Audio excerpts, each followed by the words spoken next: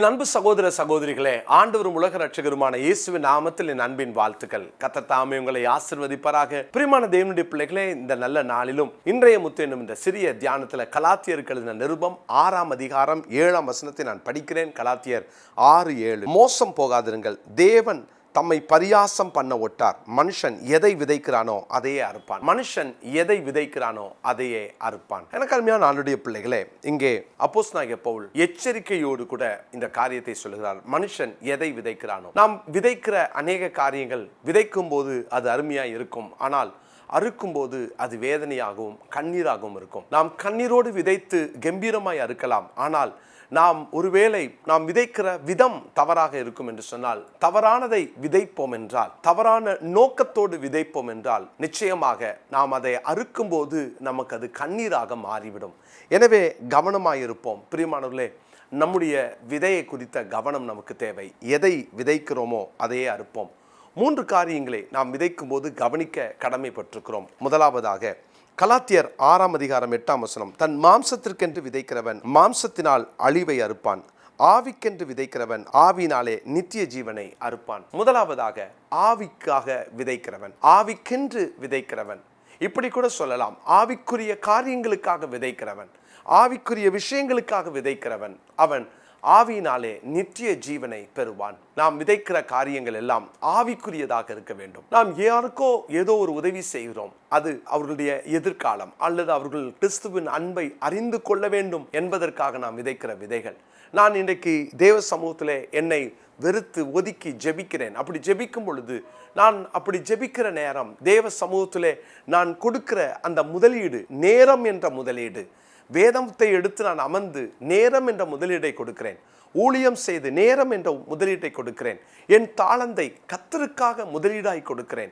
இப்படி ஆண்டவருக்காக நான் விதைக்கிற, ஆவிக்குரிய விஷயத்துக்காக விதைக்கிற, என் ஆவிக்குரிய நல்ல காரியத்துக்காக விதைக்கிற எதுவுமே நித்திய வாழ்வை நான் அறுத்து கொள்வதற்காக மாறும். பிரியமானவர்களே, நாம் ஒரு நாளைக்கு எத்தனை முறை ஆவிக்கென்று விதைக்கிறோம், ஆவிக்குரிய காரியங்களுக்காக விதைக்கிறோம், ஆவிக்குரிய விஷயத்திலே நாம் விதைக்கிறோம். யோசித்து பாருங்கள். நம்ம ஒவ்வொரு நாளும் பல காரியங்களை நம்ம ஈடுபடுகிறோம், பல காரியங்களை நம்ம செய்கிறோம், ஆனால் நாம் எல்லாவற்றையும் ஆவிக்கென்று செய்கிறோமா, மாம்சத்திற்கென்று செய்கிறோமா? ஒருவேளை என்னை 4 பேர் புகழ வேண்டும் அல்லது மெச்சிக்கொள்ள வேண்டும் என்று செய்கிற எந்த காரியமும் மாம்சத்துக்காக நாம் செய்கிற காரியம். ஆவிக்கென்று விதைக்க கற்றுக்கொள்வோம். ஓசியா 10ஆம் அதிகாரத்தில் 12ஆம் வசனத்தில் நாம் வாசிக்கிறோம். ஓசியா 10:12, நீங்கள் நீதிக்கென்று விதை விதையுங்கள், தயவு கொத்ததாய் அறுப்பு அருங்கள், நீதிக்கென்று விதை விதையுங்கள். இதுதான் ஆண்டவர் எதிர்பார்க்கிறது. நம்ம விதைக்கிறது நீதிக்கென்று நாம் விதை விதைக்க வேண்டும். தயவு கொத்ததாய் அறுப்பு அருங்கள், உங்கள் தரிசனத்தை பண்படுத்துங்கள், கர்த்தர் வந்து உங்கள் மேல் நீதியை வர்ஷிக்க பண்ண மட்டும் அவரை தேட காலமாய் இருக்கிறது. தேவனுடைய பிள்ளைகளே, எப்போதும் நான் செய்கிற காரியம் நீதியா, அந்த நீதி நான் விதைக்கிறது நீதியாக இருக்கும் என்றால் நான் அறுப்பது நீதியாக தான் இருக்கும். இல்லைனா கண்டிப்பாக நம்முடைய வாழ்க்கையிலே அந்த தயவை பெற முடியாது, தேவனுடைய இரக்கத்தை காண முடியாது. எப்போதும் நம்முடைய விதையை குறித்து கவனமாக இருப்போம். பிரியமானவர்களே, நம்முடைய விதைகள் தேவனுக்கு முன்பாக எப்படி இருக்கிறது என்பதை பரிசோதிக்க நாம் கடமைப்பட்டிருக்கிறோம். 1 கொரிந்தியர் 2ஆம் அதிகாரம் 15ஆம் வசனத்தை நான் வாசிக்கிறேன். ஆவிக்குரியவன் எல்லாவற்றையும் ஆராய்ந்து நிதானிக்கிறான், ஆனாலும் அவன் மற்றொருவனாலும் ஆராய்ந்து நிதானிக்கப்படான்.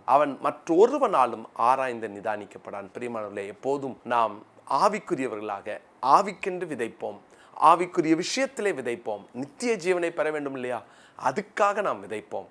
தேவன் உங்களை ஆசீர்வதிப்பார். நாளை தினத்தில் இந்த செய்தியின் தொடர்ச்சியை உங்களோடு கூட நான் பகிர விரும்புகிறேன். கர்த்தர் நம்மோடு கூட தொடர்ந்து பேசுவாராக. தேவனுக்காக விதைப்போம், ஆவிக்குரிய காரியத்தில் விதைப்போம். இந்த நாளுக்குரிய வசனத்தை குறித்து கொள்ளுங்கள். 1 கொரிந்தியர் 2:15, 1 கொரிந்தியர் 2:15. ஜெபிக்கலாமா? நல்ல தகப்பனே, இந்த நாளுக்காக உம்மை நன்றியோடு ஸ்தோத்திரிக்கிறோம். நாங்கள் விதைப்பது ஆவிக்கென்று விதைக்க, ஆண்டவரே, ஆவியினாலே நித்திய ஜீவனை பெற்றுக்கொள்ளத்தக்கதாக விதைக்க எங்களுக்கு கிருபித்தார்.